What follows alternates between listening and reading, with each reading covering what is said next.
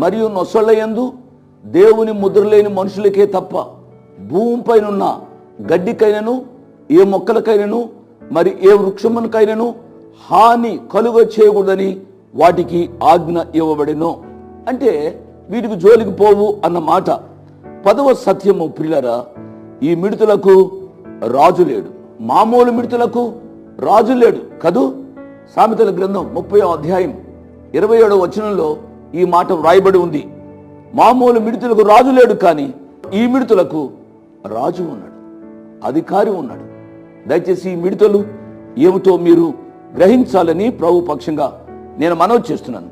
ప్రియులారా, ఇక్కడ మనం చదువుకున్న ఈ 9వ అధ్యాయంలోని ఈ మిడతలు మనము పాత నిబంధన గ్రంథంలో యోవేలు ప్రవచించిన మిడతలకు చాలా దగ్గర పోలిక సంబంధము ఉన్నట్లుగా మనకు అర్థమవుతుంది. యోవేలు